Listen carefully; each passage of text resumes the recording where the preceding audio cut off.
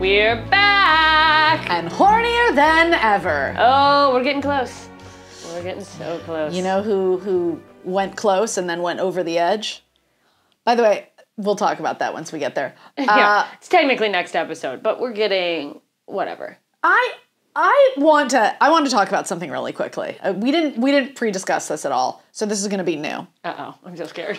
I recently went out on a date with a guy, and I used the term SSRI, and he says, "What is an SSRI?"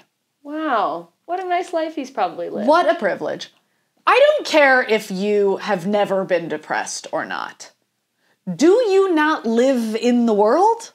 I don't think if I didn't have family members or friends, and if I had never been depressed, I don't think I'd know what an SSRI is. I would think that you were talking about some sort of social security. Do you think there's people out there who don't know people who are depressed?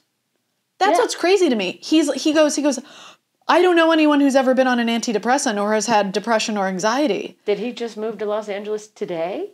I'm like, first of all, he's Jewish. What? I'm like, where's he from? Invented anxiety and depression. That is our cornerstone. Maybe they just call it neuroses in his family and don't treat it. I could not believe it. And then he says he's got this like thing with medication. He doesn't agree with medication. Oh, he doesn't like and I was pharmaceuticals? Yeah. I was like, are you a Scientologist? He's like, you know my story. He had told me the story about how when he was a kid, he know my story. He had this like bad incident happen with like Adderall. Like it like made him like super speedy and he had like a little bit of a nervous breakdown like as a kid. I'm like, sounds like you might have been misdosed. I don't know. I'm like, but here's the reality. Whether you like the medication or not, whether it was good for you or not, you still know that millions of people in the world take it and it's great for them. Like, you still know that, right? Like, there's people who have done well with it. Anyway, so I was like, do you know people who are depressed? And he's like, no, I don't know anyone. I was like, okay, well, let's say you did.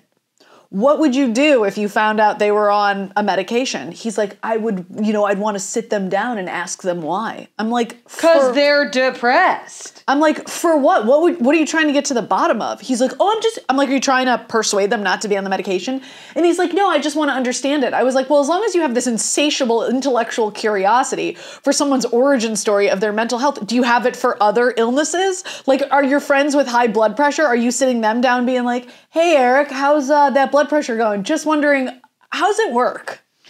I mean, yeah, it is like a thing that people get more morbidly curious about mental health than other conditions, for sure. But like, why the staunch, like, no medications? I'm like, this guy talking about his like adversity to medication and like mental health stuff. My biggest thing is like, mental health is such a huge conversation in our country. All issues, depression, neurodivergent, i.e. our whole situation, whatever it is a huge piece of a conversation that is going on in our world right now. We are in the middle of a mental health crisis. For you to have never even heard the term SSRI, are you living under a fucking rock? Well, no, that's why they haven't heard the word. They're not under a rock of depression.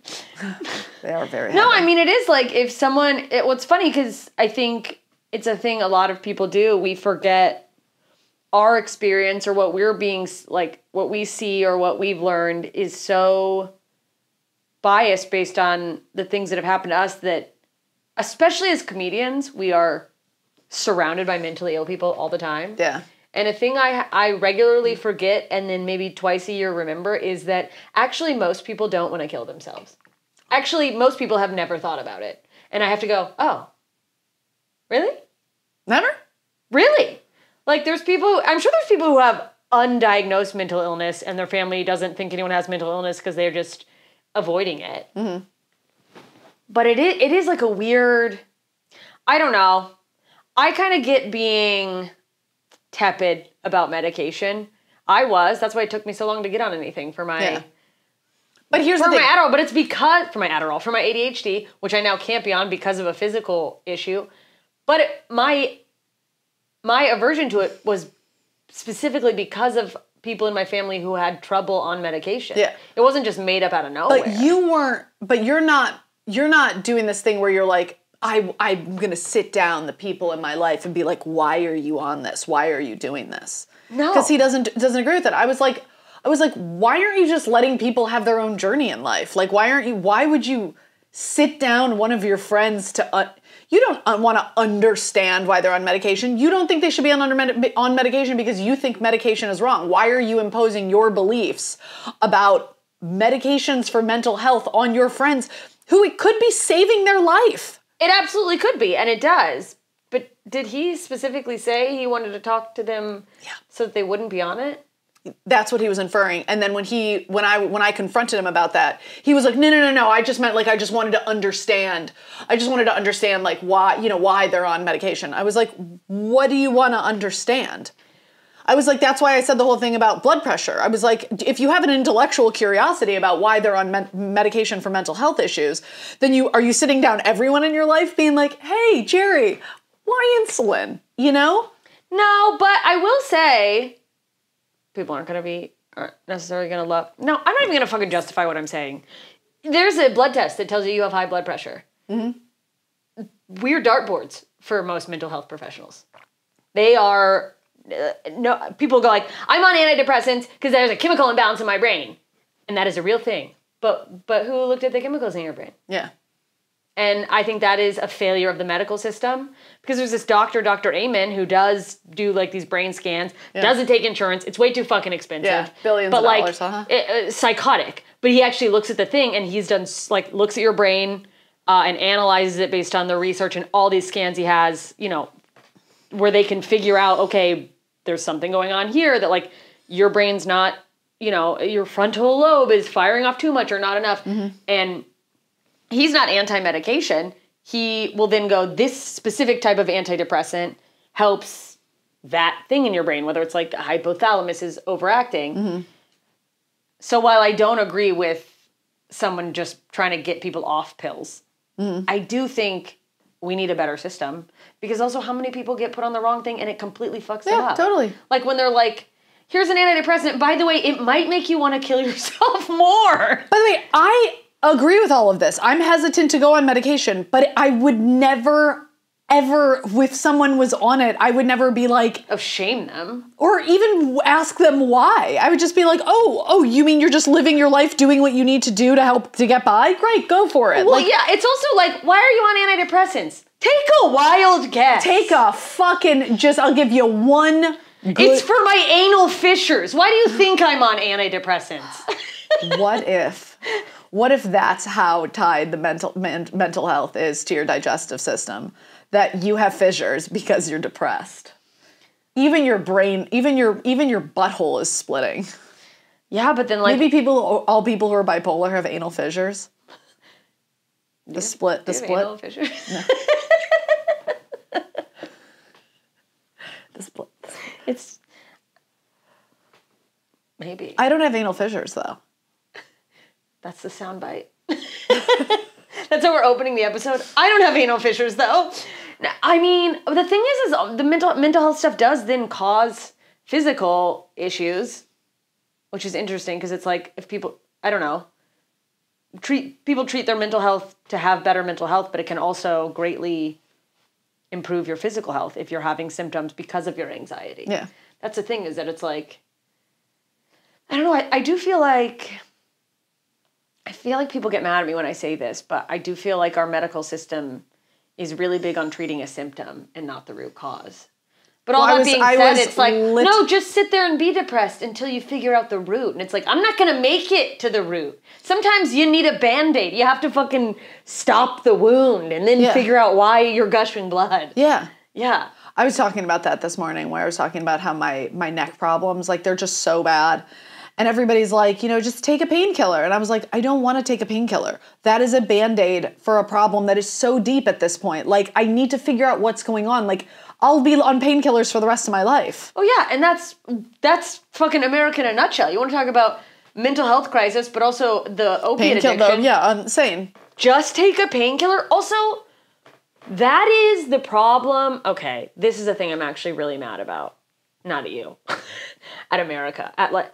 our fucking, I don't know if it's America, I don't know if it's 2024 and it's just the convenience of having access to so many things that are helpful. People's inability, and I'm not talking, I know you have chronic neck pain, I am in chronic pain, and it's shitty, and we should all be looking for ways to fix our pain.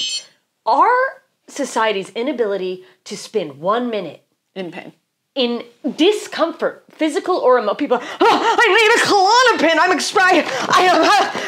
Well, it's like, just feel a feeling, you fuck. And then, because it's like, I don't know. But then you're in severe pain and you're like, okay, I felt the feeling enough. It's just, people are so quick to go to that instead of what you're saying is that like, yeah, it's like, okay, I need to function, but let's also look at what the fuck, why do I have fucking neck pain? Yeah. Where's it coming from? I mean, my whole thing is it's been a whole year. Like, yeah, I'm good. I've felt this. We're good. Yeah, I know. I don't want it to sound like I'm never, by the way, in all of this, I have taken painkillers probably 4 or 5 times. In 1 year. And every time I take it, I'm like, I feel so loopy. I don't feel like myself. You can't function. You can't function. And I mean, so ibuprofen's the most painkiller I have. And I take that, I don't know, once or twice a week because I don't want to take it too much. Yeah, because it's bad, because it's bad for your liver if you take too much. Also, I feel like it dulls like you become used to it. You know what I mean? Yeah. Like you need more and more and more, which is the same with any drug, which is why you gotta be careful. That's what they want. That's what they want you to get hooked on the pharmaceuticals. I'm just kidding. But I did once have, I forget even what the fucking pill was for. I want to say it was like my depression, but I think it might have honestly been a rheumatoid arthritis thing. I just remember a doctor prescribing me a pill and going, take this amount. And if you don't feel tired afterwards, report back to me because when it's the right amount, you should feel really tired. And I was like, no. What? What was the pill? I wish I could remember. I want to say it was like an antidepressant, but I think he was an old rheumatologist. So I think I just remember going, well, that can't be right. If the goal is I have to hit a point where I now have a new symptom to know that the medication's working, I don't want it. Yeah. And which now makes me realize maybe I was just going there for a Band-Aid. Anyway, let's get to the book. Okay. We're in it. We are in... Chapitre 24. Oui. That means 24. 24. For all you non-Duolingans. By the way, speaking of mental health, really quick, and if you skip to this, you don't know what I'm talking about, but that Duolingo owl has a personality disorder. Anyway. I don't Duolingo. Oh my God. The alerts I'll get if I skip, they're like, I guess these alerts aren't working anymore. I'm like, wow. What the fuck? Aggressive. Anyway, sorry. Okay.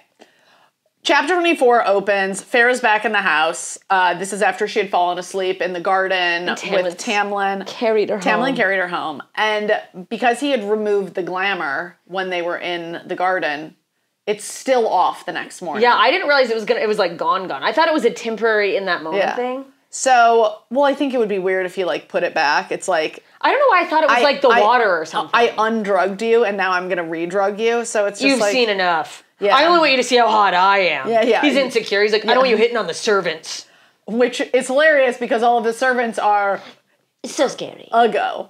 Alice, who has been her like best friend since she got there. Yeah. Faerie wakes up. Alice comes in to like get her ready for her day with as tree bark usual. Like skin. And Alice is busted. She is fugly. Mess. She is a tree monster.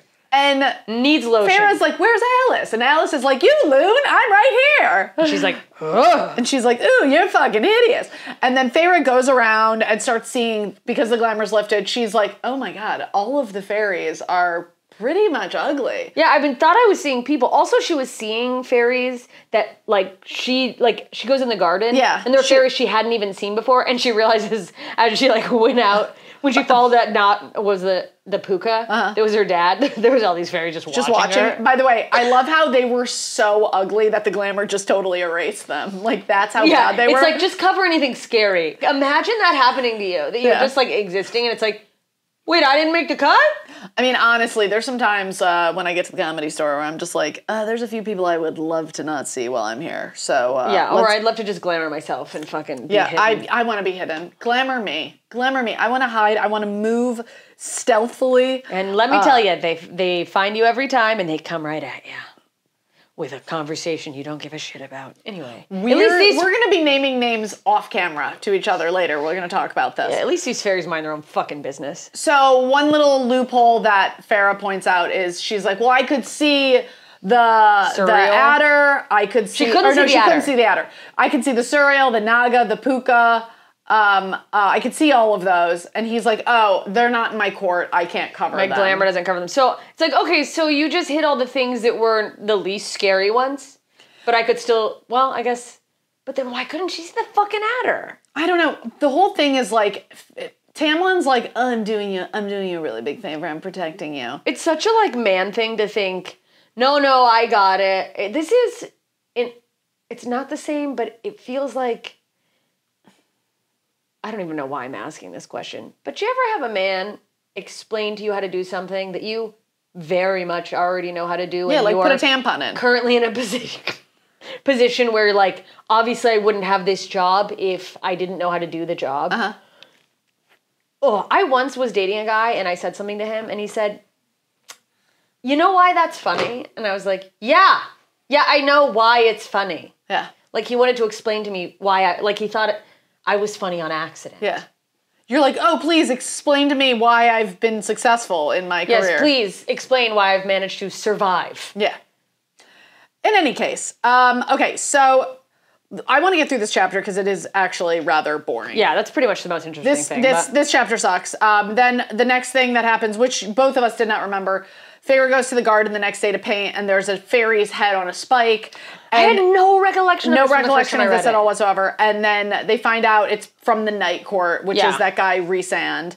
And whose name we had we got his name? Yes, we already got his name. Oh, okay. So we realized that Rhysand had done this, and they're like, this guy's fucking evil. This is what he does. This is the Night Court. They're sick and twisted. They've breached our security. You know, he's doing this to let him know. Anyways, but Tamlin's like, don't worry, baby. As long as you're with me, you're going to be safe. And there is a head on a stake. And you've lost control, Tamlin. Yeah, you've lost control. There's a head on a stake.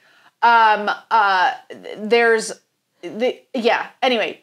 This chapter's so fucking boring and whatever. Anyway, that's it. That's really all that happens in that chapter that is of importance. Yeah. It's terribly boring. And now it starts to get a little bit better. Yes. Okay. Chapter 25. Chapter 25. Tamlin gets called away. Border Patrol. She's there alone. She's with Lucien. Lucien's like, don't worry. He's okay. Everything's okay. She was like, I'm really worried about Tamlin. And Lucien's like, don't worry. You're fine. Everything's fine. You know, don't worry about him. And then while he's away, she finds out that there's this summer solstice coming up. Yeah. And she's thinking it's going to be like... the Fire Night. The Fire Night. Which is like, oh, good. So soon after... What, is every week we're just going to have a thing where you go out and fuck somebody and go... Part of the culture. I have to drain the swamp, and by swamp I mean my balls. I had to go to the border and fill myself with seed. He's got it. He seeds up at the border, and then he comes back and he's ready to just dump it in some hose. I was building a wall made of my semen. Oh, that's what the wall is made of. It's just, a lot of people. It's just a bunch of fairies just jizzing loads.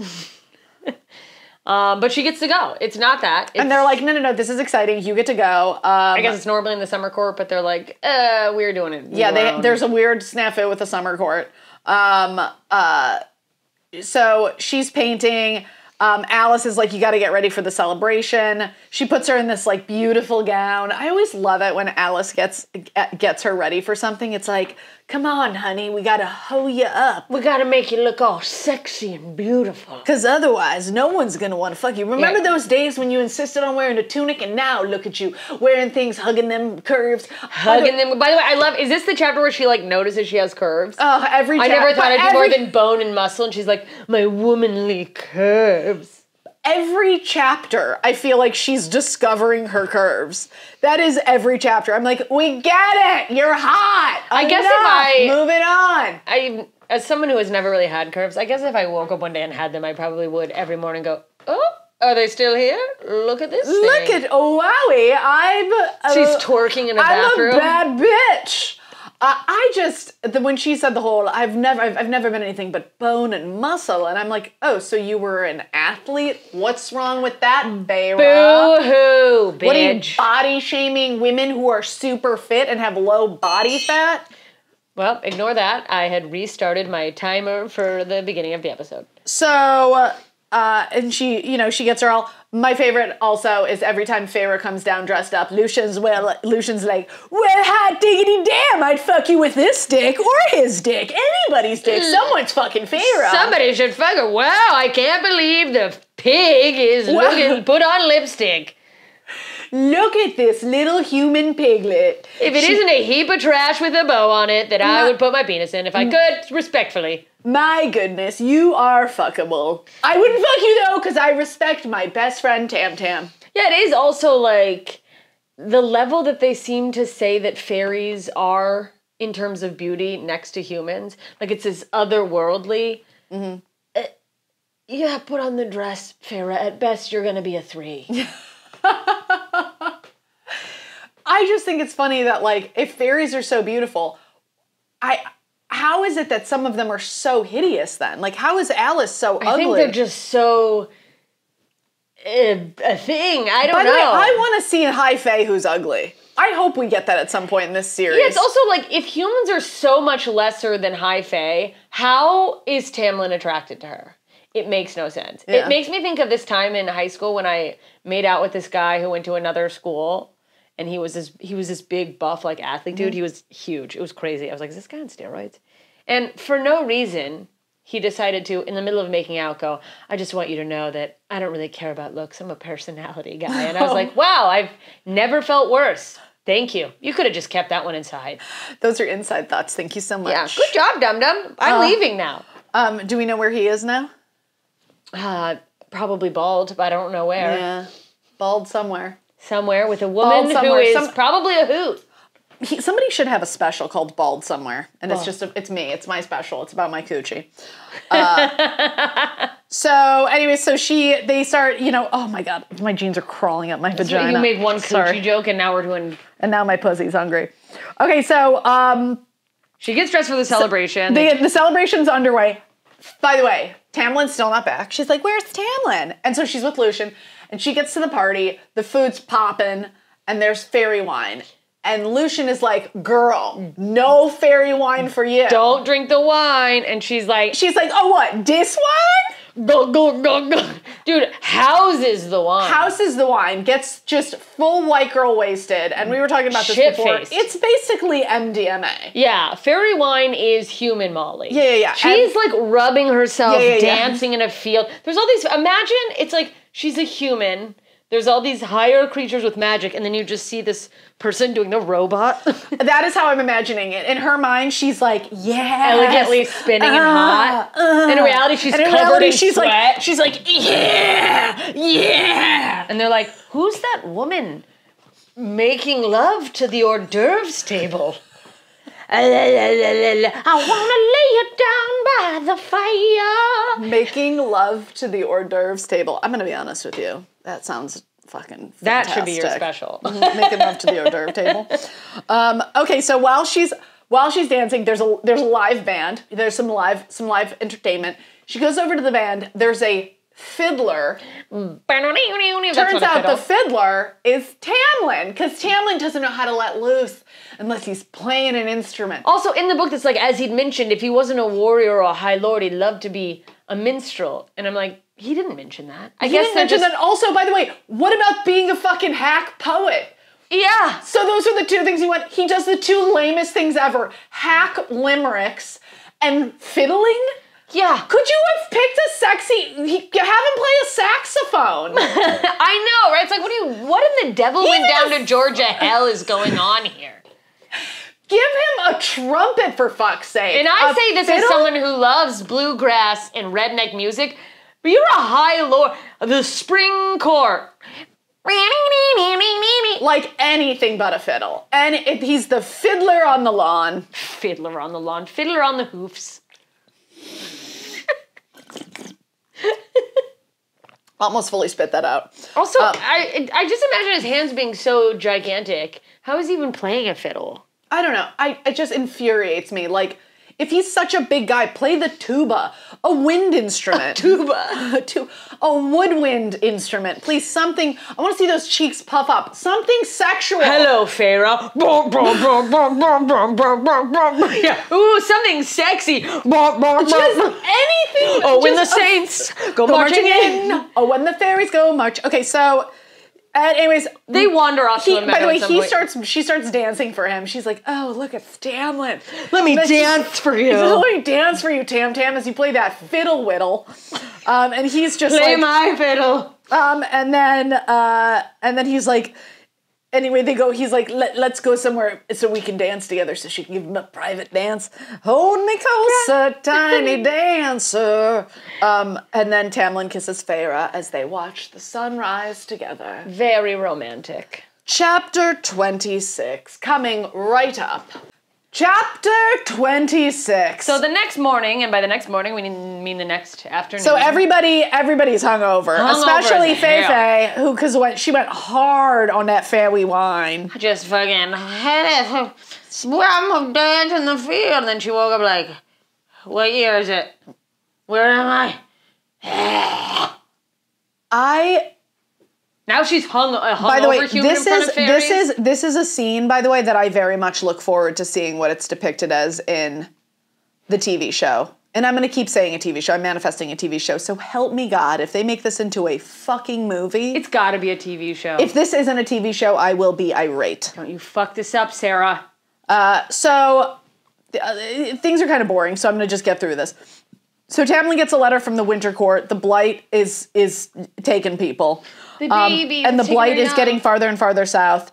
And then while they're sitting there talking about the Blight, Tamlin and Lucien are like, "Oh God, there's a danger. There's a danger slipping in." There's like they hear the whole house go quiet. Like people are like suck the air out of the room, fucking quiet. And then Tamlin's like, Faerie, hide behind Lucien, and he puts like a magic spell over her so that to make she's her just invisible. Invisible behind Lucien, which makes sense, but no sense. It's like, can you not glamour? Oh, it's because the scent. Maybe can you not glamour the scent? I don't know. Because I thought her standing next to Lucien was like that way. His scent is covering her, but it's like we can't glamour a scent. So what happens later on? The whole thing is very confusing. Or is it the person coming in so powerful that I think there's a little bit of holes in the glamoring, but that's just me. But he makes her invisible, and Faerie's like, "Oh man, something really bad must be happening." Because Tamlin and Lucien are clearly like they're scared. Clearly like, "Oh shit's about to go down," and that's when Rhysand appears. Creepy guy from the Night Court is here. Night Court guy, the one who broke up the almost fairy rape. Yeah, the fairy gang rape. It's him. Struts in, and now she's realizing, okay, even they are afraid of this guy. Even they're afraid of him. And by the way, at this point, they've established to her that this guy Rhysand, he's the one who put that head on the spike. So she's like, "Oh shit, this is like a bad, evil man." This man is so fucking scary. So they're fighting, they're having words, nothing crazy. But they call Rhysand Lucien is like, "Rhysand, you're Amarantha's whore." And so now we're like, okay, this Amarantha bitch. I think we've heard her name maybe once before. I don't know if we've heard the name. I don't know. Either way, it's like, okay, that's clearly the woman. We keep hearing this mysterious. And if people are so afraid of him, and he's someone, how scary is this fucking... Yeah. If this is the dude who's dicking down the lady that everybody's afraid of, we should be afraid of him. If you make evil come, be afraid of the dick that made evil come. Yeah, that's fucking crazy. If you can make a scary thing squirt... Yeah, he's squirting her. He's making all over the land. Hurting for a squirtin'. Hurting for a squirtin'. What is that from? I don't know, but it's a good one. Aren't we all? If you can tell us what "hurting for a squirtin'" is from, it's from something. We could just Google it. Yeah, well, whatever. The world may never know. We'll Google it. He also is just like, Tamlin, he kind of implies that it's like, Tamlin, you just fucking been sitting here not trying to do anything. Yeah, you've been doing a whole lot of nothing. He's kind of like I'm gonna be honest, he's kind of establishing Tamlin as like a pussy ass bitch. Yeah, he is. He's making Tamlin look like a fucking dude. Here's the part that I love. Rhysand sees that the table is set for 3 people and not one to overlook clues. Rhysand's like, where's your visitor? Yeah, where's the guest? And then he realizes that Tamlin had glamoured some situation, something going on in the room, and is like, don't you dare. You dare glamour me? I don't know if that's what he said, but he was fucking pissed. And so he basically finds Faerie and is like, oh, that's crazy. you. And that quickly, that, like, he realizes there's a glamour and was able to, like, undo it. I mean, he's the most powerful. We're quickly figuring that out. Yeah, he seems so unnatural. He's like, oh, you're the woman I helped. The night of the fire night. So he sees her and then quickly they try to trick him. They're like, who's that? And Lucian's like, she's my betrothed. Yeah. So obviously it's an issue if she's tied to Tamlin. Yeah.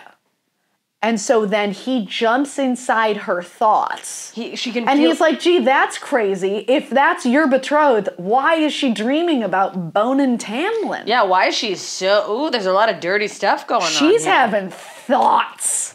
Yeah. Because she's a thought. She's a thought. Dirty thoughts out of a dirty thought. What a little hoe over there. And, I mean, she's, like, terrified. She can tell that he could easily just break her brain. He also, like, goes inside her brain and just kind of, like, scratches at it a little bit. And he's just like, oh, I could fucking melt your mind. Like, I forgot how 3 seconds. Fragile humans are. It's just like what he calls, like, an eggshell. Oh, it's stunning. They could just, like, crush it. My crusty, like, I have no By the way, falling can you off. do hook 'em horn real quick just with this? Yeah, there we go. You look really cool, but then put the rest up. Brutal, you guys, brutal. The life of a woman. Life of a woman. It's hell on earth. Speaking about life of a woman, so Faerie's scared shitless now. And then I love, we start hearing this expression, under the mountain, under the mountain, under the mountain. This is going to be a reoccurring thing. And he's like, oh, well, I'll see you under the mountain. And it's like, what's going to happen under the mountain? So it's like, all right, is this foreshadowing? What is it? We will find out. Yeah. Also, like, wait, is this? Yeah. Oh, yeah. He goes, what's your name, dear? Fucking Faerie, that's smarty pants. Just lies and immediately thinks it's someone else's name from her village. Claire Better. Says it quickly because she realizes, like, oh, he'll know if he'll find my family. That's he'll know if I find my family, but she's also like, dude, he's like literally in my brain. He's gonna know if I'm lying. So the faster I say it, the less it's gonna seem like a lie. And I was like, I love a bitch who knows how to lie. Stunning. I mean, this fuck. And but then he goes, oh, Amarantha is gonna enjoy breaking her. This part was crazy. Yeah. Where Tamlin. Look, part of me is like, wow, he really loves her. Oh. Part of me is like, get up. Oh, and then he makes him, like, beg for mercy. He's like, beg me to not tell. Get on your fucking knees. Because he's like, please don't tell Amarantha about Faerie. Yeah. And I'm just like, and then he, like, makes him get on his knees, and then he sucks his dick. Oh, yeah. Suck on it. Oh, yeah, you love that. No, but he literally, like, gets down on the ground. Oh, and then, by the way, has Lucian, too. He gets both of them on their knees, and I was like, groveling at his feet. Oh, stunning. All I know is, listen, I know it's going to happen. I don't know what's going to happen with Rhysand, but I love a man who makes 2 men crumble to their fucking knees. Yeah. Violence. It's the answer. He's literally like, I'll give Amarantha your regards. Why is every villain gay? Yeah, he does have a gay vibe. Don't you picture him like in a cloak, sauntering? He even said in the book, he was like, feline-like. Feline-like. He's just coming in like, at this point in this casting, Tamlin. not knowing, let's pretend like we don't know what happens with this character. At this point, I'm thinking Justin Martindale. Oh my God, Justin Martindale. Justin Martindale at his hottest and most evil. Yeah, just cheekbones to the sky. Yeah, just chisel. Just swinging a big old dick. Goodbye, boys. With that said, we'll see you in the next episode. Bye. This has been another delightful episode of Two Filthy Nerds. If you enjoyed the podcast, please subscribe wherever you're listening or watching and leave us a nice rating or review. To see fun clips and interact with us, please follow the podcast on Instagram at Two Filthy Nerds, and you can follow the hosts at Nicole, Aimée, and at JMS Comedy. Thanks for listening, nerds. See you out there.